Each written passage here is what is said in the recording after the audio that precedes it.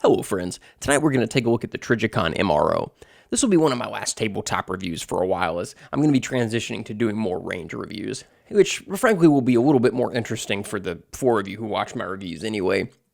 And I'd actually intended for this to be a range review, but as I sat down to plan what I was going to do, I realized that there was just too much information to go over in that format. So we're going to do a tabletop review for this one, followed by a range review.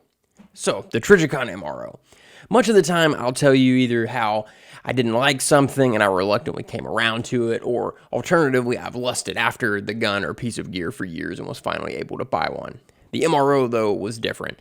After a lot of careful research, I came to the conclusion that the MRO is probably the best red dot sight around. For years, I only purchased Aimpoints and EOTechs, really, nothing else. In part, this was a symptom of the small size of the optics market 15 years ago. You all remember what it was like. At the time, there were no real budget options, no holosuns or vortex or primary arms. And then of the high-quality options, there was really just Aimpoint, EOTech, or I guess Seymour, although Seymour's never felt like they were really as durable as the others. So I always bought Aimpoints and EOTechs, and they were indestructible, and frankly, I loved them and still do. They will always have a place in my heart. But undeniably, those are kind of from a different time when weight and size didn't matter so much, and battery life was less important, and folks were willing to spend more money on an optic. The dawn of the micro optic really felt like a new generation of sights. Even if the underlying technology is pretty much the same, it is a refinement. Long battery life is measured in years. They're lightweight, small size, very easy to use. It's just a different time. So I decided to approach my most recent optic purchase as though I knew nothing about optics. What would I buy, irrespective of brand loyalty, past experience, and other biases? Well, after shopping for a few months and trying every micro red dot I could get my hands on, the MRO is the undeniable winner. Let's talk about the MRO's features. The Trijicon is small and light. I think it's 4.1 ounces. Compared to my beloved EOTech, that's some 11 plus ounces. This is a huge difference. It's also waterproof down to 100 feet. I live in a swamp, so that matters. The aluminum housing is also very robust, and the battery life is 50,000 hours on medium. That's like 3 years or something. Somebody smarter than me can do that math. The brightness adjustment is on top and is very, very easy to use if you even have to use it at all. I just leave mine set one way and leave it on. Really, though, all that other stuff isn't important. There's one feature that made this optic far exceed everything else that I tried. The huge objective lens makes for a field of view so large that it rivals the Aimpoint Comp M4 and the EOTech and negates the primary negative aspect of micro red dots, which is normally reduced field of view and that sort of like a tube effect. For a micro reflex sight, the field of view of the MRO is utterly ginormous, to use a scientific term. It's absolutely huge. So why should you choose the MRO over its competitors, and who are those competitors? Well, the primary competitor of the MRO is the Aimpoint T2 and related Aimpoint micro sights, and maybe the new Comp M5. You might also be considering the Holosun 403s or the Vortex Crossfire or something similar. So let's just cross the Holosuns and the Vortex off the list first. The MRO is superior in every way, from the glass to the dot to the field of view. It's better. And the Aimpoints, they are awesome. I almost bought a T2. They have incredible glass. They are combat tested and wholly trustworthy. They are some of the best around. But the huge objective lens and giant view offered by the MRO cannot be overstated. It is such a huge advantage. With the T2, I feel as though I'm looking down a short pipe at the target, and it makes me feel a little bit claustrophobic after years of using EOTechs. I feel like I'm losing a little situational awareness with all my attention being focused on this little tube. But with the MRO, I feel like I lose no awareness of my surroundings. So really, we can probably compare the MRO to the larger, more traditional aim points and EOTechs in that regard. With the MRO, as far back as mine is, I do like it further back on the gun. It feels far more like one of those older giant sights with their huge fields of view. So why do I have it mounted so far back?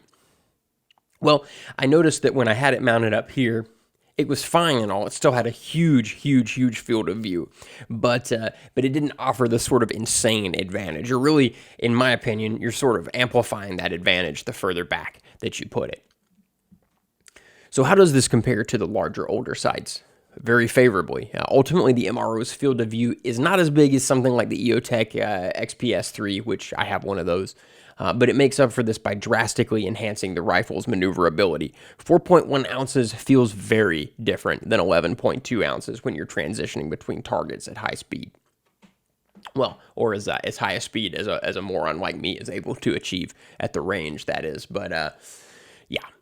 The MRO, in my opinion, after testing it extensively, this is the only red dot you really need, or it's the only red dot I need, that is. So what about the durability? Well, we know the aim point and the EOTechs will accompany you to hell and back, given their combat records. But will the MRO hold up as well? So far, I certainly think so. First of all, Trijicon extensively tests anything they release. Secondly, there are some marks on my MRO, and I'll put up some pictures of those since I have it flipped around to the other side for this, but it's been dropped, accidentally kicked, and a few weeks ago, I took a rather hilarious tumble and hit the sight so hard that it knocked the screws loose on the mount, and 2 clicks to the left, and it was re-zeroed, and besides a few marks, it's fine, it works great, but I was a little bit worse off than it was. You know, though, after I dusted it off, it was so bad, I was damn sure I had killed the sight, but nope, still going. So I told you a little bit about durability. How has it performed in every other aspect? Well, after 3,000 rounds, this optic has helped me reach new levels of rifle shooting performance. And by that, I mean I still suck, but I suck slightly less. My times have improved, my target transitions are faster, and my general stamina has improved because I'm not carrying around an extra almost 12 ounces on top of the gun. So that's awesome. With my beloved EOTech, I've always felt a little bit sluggish, like the optic was kind of dragging me around a little bit. And with the MRO, I feel like I just have a lot more control over the rifle, and I have a little bit more confidence in my speed also. And you know, there's speed, and then there's sloppy speed, where yes, you're moving fast, but it's a real mess. I don't want to say you probably can do a lot of things that I can't, but I could never achieve that smooth speed with the EOTech because of that massive weight jostling on top, kind of controlling the way the rifle is moving.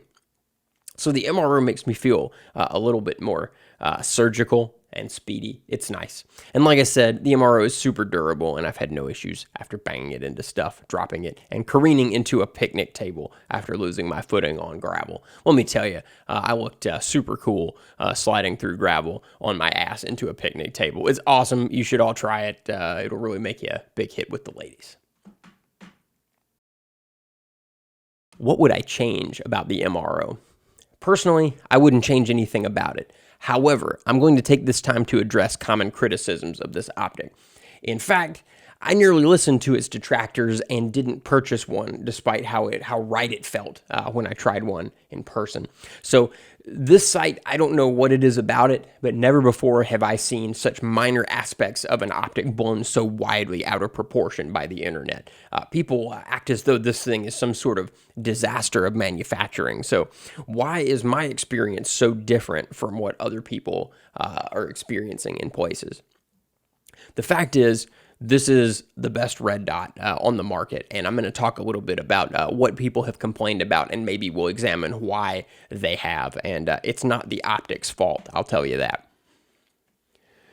I guess it's new, and that's a problem for people, even though it's been 2 years. I don't know, really. People just like to hate new things, especially when other people love them, and you know what? I'm guilty of that as well. So, first of all, folks say the glass has a bluish tint. Pretty much all red dots have a tinted lens to aid in the reflection of the dot, in the same way that most of them have a curved objective lens that's sort of slanted in one direction or another for the same reason. And so even if the MRO has the most tinted lens of the red dots, which, hell, maybe it does, but we're still talking about an incredibly slight amount of tint, and it's not going to bother you unless you're totally nuts.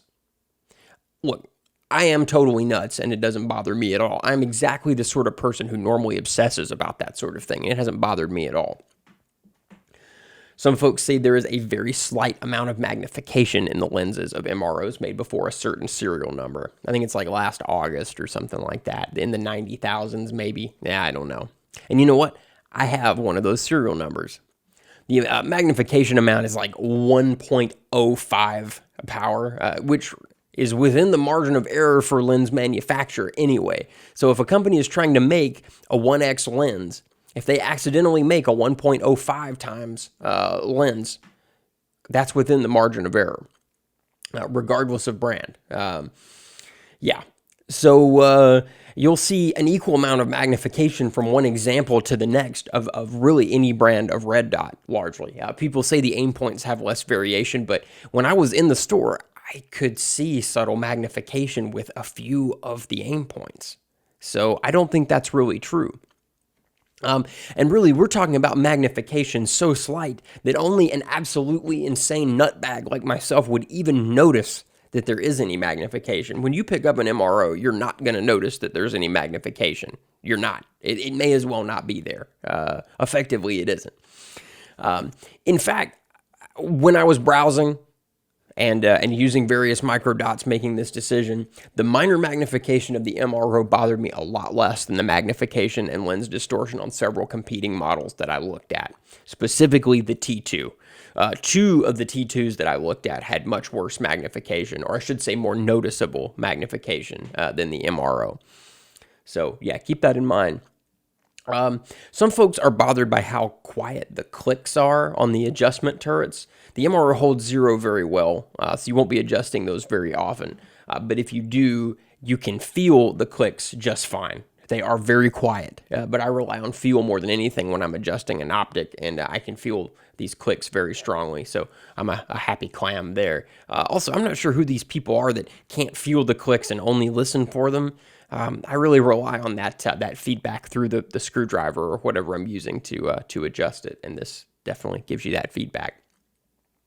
So back to some lens stuff. Even if the bluish tint bothers you, even if you feel like your MRO has magnification, which even if it does will be so insignificant that you probably can't see it, the greatness of the huge field of view outweighs everything else. This is such an unspeakably huge advantage, it can't be overstated. But I would like to address what I think might be happening with the folks who are describing these issues. I noticed that when I was browsing the micro red dots, that the MRO presents an image so different that it looks kind of odd if you're used to something like a T2. Let me explain. The T2, to my eyes, like I said, has a tiny bit of magnification and that same blue tint that all the red dots have, but the image is very small because it doesn't have the huge objective lens. With the MRO, you're viewing this huge picture, so suddenly all of the things that you're accustomed to seeing on a red dot are there, only they're twice the size that you're used to. You're looking at a reflected red dot through a few lenses, and that's inherently weird, and weirder still when it's huge all of a sudden. But if you're going into this without any expectations, you will immediately see that the glass of the MRO is incredible, just like the aim points, and frankly far better than the glass on the Vortex and Holosuns. In the same way that you got used to your T2, you'll get used to the MRO, and then there will be no going back. So my final thoughts. For me, the MRO has replaced my other reflex sights. I can't argue with my performance. And the world of ARs is changing. We want lighter barrels, lighter receivers, lighter handguards with less crap on them, and lighter optics. Really, we're returning to the AR-15's origins as a super lightweight rifle, like what Eugene Stoner originally conceived. The EOTech and the Aimpoint Comp M4s are a product of their time, and they're great. This was a time when barrels were heavy, optics were huge. You were supposed to have like 3 Surefire flashlights and 2 PEC 15s adorning your heavy Daniel rails, and your rifle weighed 13 pounds. But those days are over. The micro red dot kind of signaled this sea change, I think. And the MRO represents this better maybe than anything else, being kind of the first optic to feel like one of the giant classics while still being very small. This rifle that I've got here, this is my super lightweight Aero Precision build that I did a video on. It's very light, very handy, and this was the perfect optic for this. So this rifle, this is also the future, or at least the present, I guess. And don't be surprised if you start to see a lot of MROs on everyone's rifles. Thanks for watching. I hope you all have a wonderful evening. Good night.